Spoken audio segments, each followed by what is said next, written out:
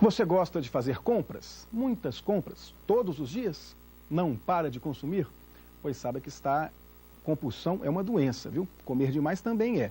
Mas quem vai explicar melhor pra gente o que fazer é o psiquiatra e homeopata Aloysio Andrade. Doutor Aloysio, o que é a compulsão? É uma doença mesmo? Para ser chamada compulsão, lá tem que haver um exagero acima do que a gente chama de exagero aceitável.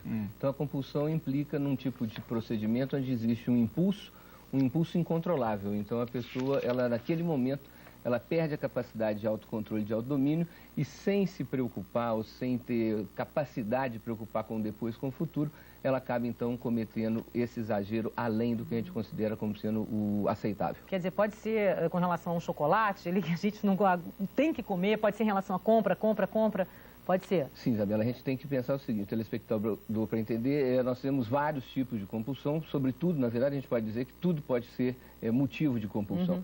Mas que a característica principal é o fato de ser intensa, de ser muito exagerado, de ser repetido e de não haver essa conta das consequências, do desdobramento posterior. Então, a intensidade aí, a repetição, é uma coisa caracterizada. Não pode ser um negócio que de vez em quando você tem vontade de comer chocolate. E ela é involuntária, mais forte do que a pessoa?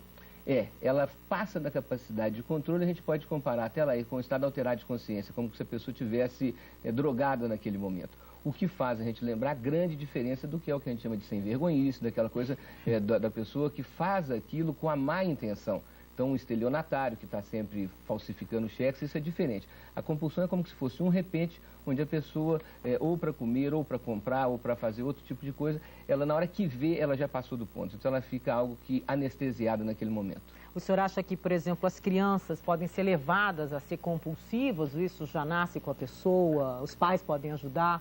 Isabela, a hipótese de haver uma transmissão genética, ela sempre tem que ser levada em consideração. Mas a gente pensa que uma criança criada sem limite, uma criança que não ouve um não, uma criança que está sempre fazendo o que quer, uma criança que enfrenta todo tipo de colocação de autoridade, se ela não recebe um limite adequado, obviamente que amoroso, essa criança na adolescência e na idade adulta pode ser muito mais vulnerável à questão desse excesso, desse excesso que a gente vai chamar então de compulsão. Tem que ouvir não, tem que ser controlada. Algum não, né? A questão, já falavam os gregos, que veneno nunca é a substância, sempre é a quantidade, né? Então, a criança muito travada, muito cercada pelo não, ela vai ser uma criança com menos criatividade, obviamente, menos desenvolvida, menos hábil.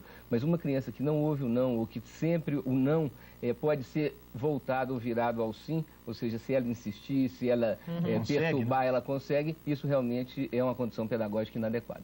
Bom, algumas pessoas querem fazer perguntas para o senhor. A repórter Cristiane Leite está com o grupo. Cristiane, quais são as dúvidas aí?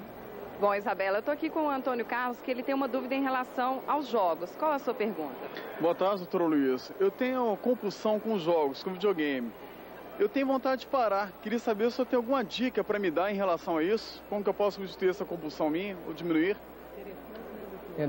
Você lembrou bem, a gente não citou, os jogos é uma grande fonte de compulsão, até porque os jogos têm a ver com a compulsão pela esperança, quer dizer, uma coisa até teoricamente justa, né? Aquela capacidade de acreditar que vai dar certo, que vai ganhar o jogo. Mas então, Antônio Carlos, a questão é a seguinte, é um treino, é uma questão que a gente chama então de autocontrole. Então, essa capacidade de autocontrole tem a ver com a força de vontade. Então, você inicia pela boa vontade, que é essa vontade teórica de querer mudar o seu ritmo. E em seguida você estabelece tempo, tá certo? Você estabelece, se você está acostumado, se você joga 10 horas por dia, você agora eu vou passar a jogar 9 horas. Você faz uma redução gradual, organiza um programa de uma maneira que seja, então, concretamente algo a ser seguido. Você não vai dizer, eu vou diminuir, eu vou parar, sem fazer um planejamento. O planejamento, nesse caso, é fundamental. E tem os grupos de ajuda mútua, né? Grupos de pessoas que, outros jogos talvez, mas jogos também, que podem, então, te dar dicas. As pessoas que têm mais experiência na luta contra o problema podem nos ajudar muito nessas horas. Mas, principalmente isso, fazer um esquema, preparar um esquema bem feitinho para poder seguir em seguida. Deixa eu só esclarecer uma coisa para os pais. Essas crianças e adolescentes que estão o dia inteiro jogando mesmo esses joguinhos na internet, o senhor diria que é um exagero, há riscos e pode virar uma compulsão nessas crianças? Isabela, todos nós, humanos, temos tendências a exageros. Se esses exageros não forem controlados ou pela própria pessoa, e no caso das crianças, né, e dos adolescentes, por um limite externo, pode, com o passar do tempo, se transformar em compulsão. Por quê? Você vai ter, então, aquele exagero, o exagero gera necessidade de mais e cria-se um ciclo vicioso, que às vezes você precisa até de tratamento médico, às vezes precisa de medicação. A gente lembrar ao telespectador que o tratamento da compulsão lembra o tratamento da dependência química. Medicamentos adequados que não provoquem dependência, técnicas de autoajuda e grupos de ajuda mútua, como Alcoólicos Anônimos, que ajuda muito a pessoa que tem mais experiência no processo. Não escolhe idade também, né, doutor? Outras dúvidas aí, Cristiane? Temos sim, Laíra. Agora uma dúvida da Priscila, que é uma dúvida em relação à vaidade. Qual a sua pergunta? A minha pergunta é que todo dia, quando olho no espelho, eu acho que eu estou muito gorda. Eu gostaria de saber se isso é um complexo ou se isso é uma compulsão por estar magra. E gostaria de saber se existe algum tratamento. Priscila, tem tratamento sim. Agora, essa distorção, quando a pessoa então acha que está gorda, sendo que todo mundo acha que não, isso daí então a gente vai entender como se fosse, de novo, vamos falar no estado alterado de consciência. É uma distorção. Então, a gente começa o trabalho, nesse caso, por dentro. É a questão, então, da autoconfiança, a questão da autoestima, e são duas coisas básicas que a gente usa para isso. A coerência e o esforço, ou seja, você estabelecer as metas e você fortalecer a sua autoestima através do cumprimento, fazer a parte que você dá conta.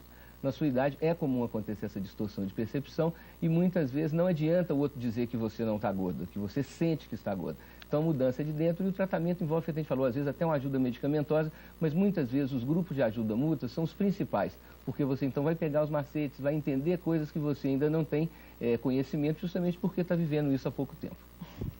Há outra pergunta, Cristiane? Sim, Isabela. Agora uma dúvida da Patrícia, que é em relação ao meio de comunicação, que é a internet. Qual a sua pergunta? A minha pergunta é o seguinte, se pelo fato das pessoas entrarem na internet 10 da noite, saírem tipo 6, 7 da manhã, se isso é uma compulsão e se tem como os pais ajudarem, se tem uma explicação, porque eu conheço várias pessoas que estão nesse problema, que têm esse vício, que é uma compulsão mesmo. Os jovens, adolescentes, adultos. A gente só lembrando de novo que a compulsão, ela realmente é uma doença, é quando, por exemplo, a pessoa faz esse movimento de ficar 10 horas na internet durante dias em seguida, durante semanas em seguida. Uma vez ou outra, isso é entendido como uma exceção. Então, é um tipo de dependência que a gente vai chamar, então, de dependência química endógena. É o nome que a gente dá para aquela pessoa que vicia num tipo de sensação, num tipo de sentimento interno, que o jogo, que a comida, que o dinheiro, que o sexo e outras coisas podem dar.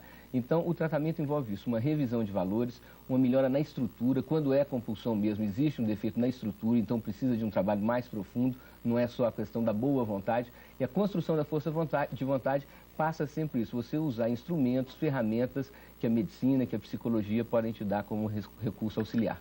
Mais uma dúvida aí, Cristiane, sobre compulsão? Tem, Silaíra. Agora uma dúvida do Eric. Qual a sua pergunta?